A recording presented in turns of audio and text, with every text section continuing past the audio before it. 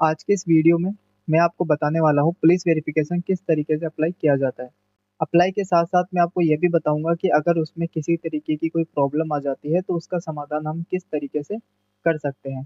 Problem कुछ भी हो सकती है, जैसे डॉक्यूमेंट्स अटैच करने से रिलेटेड हो गई, या फिर साइट नहीं चल रही है उससे रिलेटेड हो गई, या कोई डिटेल्स आप गलत फिल कर देते हैं फिर आगे आपको क्या एरर का सामना करना पड़ सकता है, वो एरर को हम कैसे सही करेंगे, ये सभी चीज़ें मैं आपको बताऊंगा। इसलिए वीडियो को आखिरी तक देखें। कुछ आपको समझ में नहीं आता है तो आप हमें कमेंट कर सकते हैं। तो चलिए स्टार्ट करते हैं। सबसे पहले आपको सर्विस सेलेक्ट कर लेनी है। जैसे आप यूटिलिटी में पुलिस सर्च करेंगे, यहाँ पे सर्विस आ जाएगी पुलिस डिजिटल करेक्टर सर्टिफिकेट। ये सेलेक्ट करने के बाद आपको ओके पे क्लिक करके थर्ड पार्टी पोर्टल पे पहुंचना है। यहाँ पर देखिए सबसे ऊपर जो डिटेल्स दी हुई है वो पर्सनल डिटेल्स है, जहाँ पे first name, middle name, last name, father's name, gender, caste, date of birth और मोबाइल नंबर और मेल आईडी सिलेक्ट करनी है।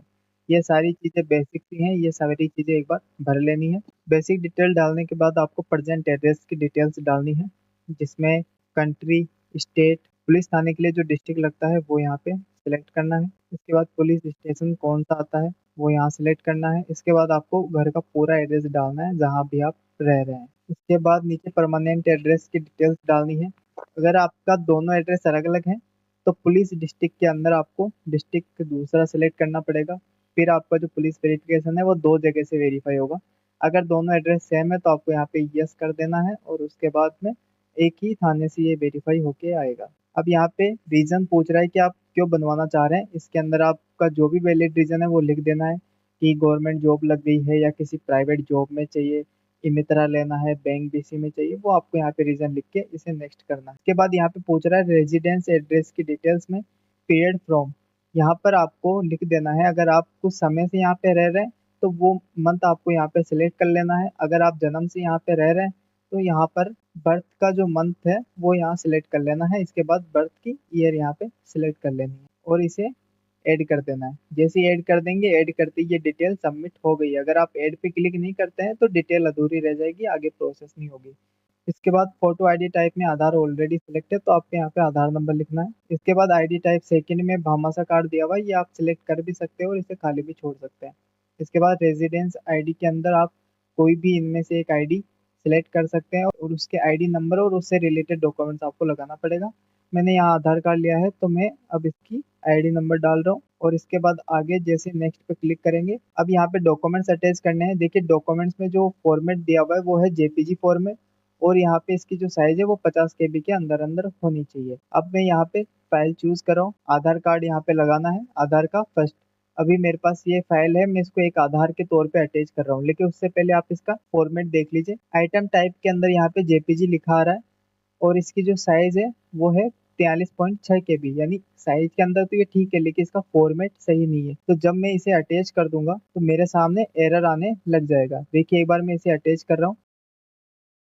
एग्जाम्पल के तौर पे मैंने सारे डॉक्यूमेंट सेलेक्ट कर लिए हैं। आपको वैलिड डॉक्यूमेंट्स ही यहाँ पे अटैच करने हैं। मैं एक एग्जाम्पल के तौर पे यहाँ पे एक ही फाइल है वो अटैच करके आपको बता रहा हूँ। जैसे मैं सेव डिटेल्स करूंगा तो इस तरीके से एक एरर आ जाएगा। इसमें एरर आ रहा है कि मेरा जो फॉर्मेट है वो सही नहीं है, यानी जेपीजी फॉर्मेट में नहीं है। अब जेपीईजी और जेपीजी में कोई अंतर होता नहीं है वैसे, लेकिन यहाँ राजस्थान पुलिस की साइट पे इसमें काफी अंतर बताया गया है।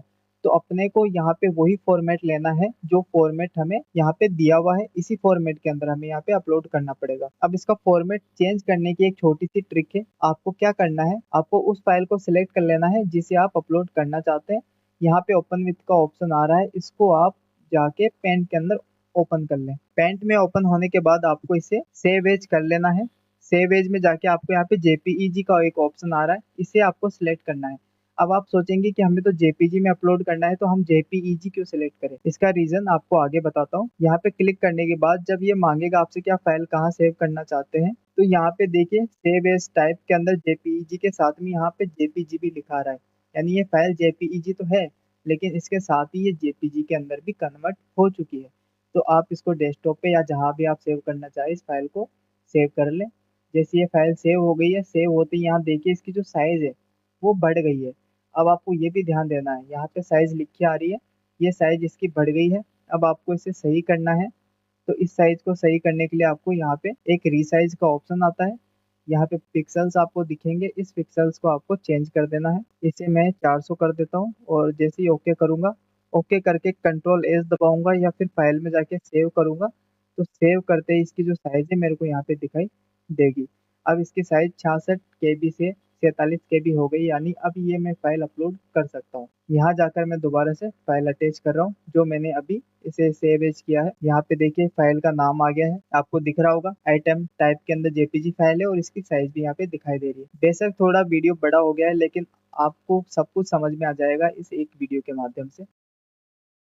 मेरा यहाँ पे एक ही फाइल सेलेक्ट करने का कंसर्न यही है कि आपको सही डॉक्यूमेंट सही फॉर्मेट में अपलोड करने हैं। आपने जो आईडी टाइप लिया है उस आईडी को आपको आगे पीछे से स्कैन करना है, सही फॉर्मेट में उसे डेस्कटॉप पे सेव करना है और उसे आपको अपलोड करना है। इसके बाद इसे सेव करना है। जैसे मैं सेव करूंगा, सेव करते ही प्रोसेस कंप्लीट हो जाएगी। यहाँ देखिए प्रोसेस कंप्लीट हो गई है। अब मेरे सामने ट्रांजेक्शन फेल्ड का मैसेज आ रहा है क्योंकि मेरी आईडी के अंदर बैलेंस नहीं है। यहाँ दिखा रहा है कि मेरा जो करंट बैलेंस है वो 27 रुपये है और आपको पता ही है कि पुलिस वेरिफिकेशन का जो टोकन है वो 260 रुपये का कट होता है, इसलिए मेरे सामने यहाँ पे ट्रांजेक्शन फेल्ड का एरर आ गया है। अब देखिए सेम ऐसा ही एरर एक कंडीशन में और आ सकता है। आपके आईडी में पेमेंट है लेकिन फिर भी आप जब अप्लाई कर रहे हैं तो आपके सामने इस तरीके का कोई एरर आ गया है। इसका मतलब है कि आपने अप्लाई करने में ज़्यादा समय लगा दिया है, इसलिए आपका जो मित्र है वो लॉग आउट हो गया है और इसलिए आपके सामने ऐसा एरर आ रहा है।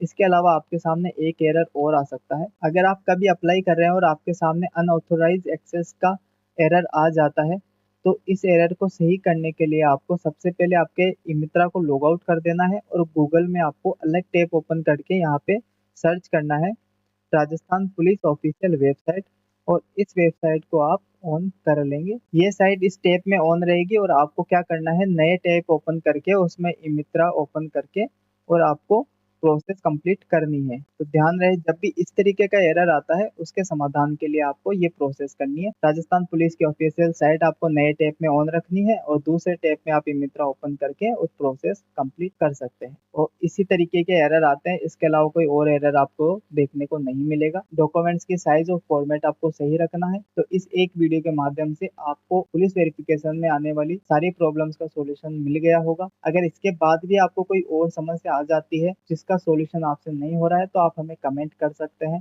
वीडियो आपको अच्छी लगी हो तो हमारे चैनल को सब्सक्राइब कर ले ताकि इस तरह से जुड़ी हुई समस्याओं का समाधान आपको मिलता रहे। धन्यवाद।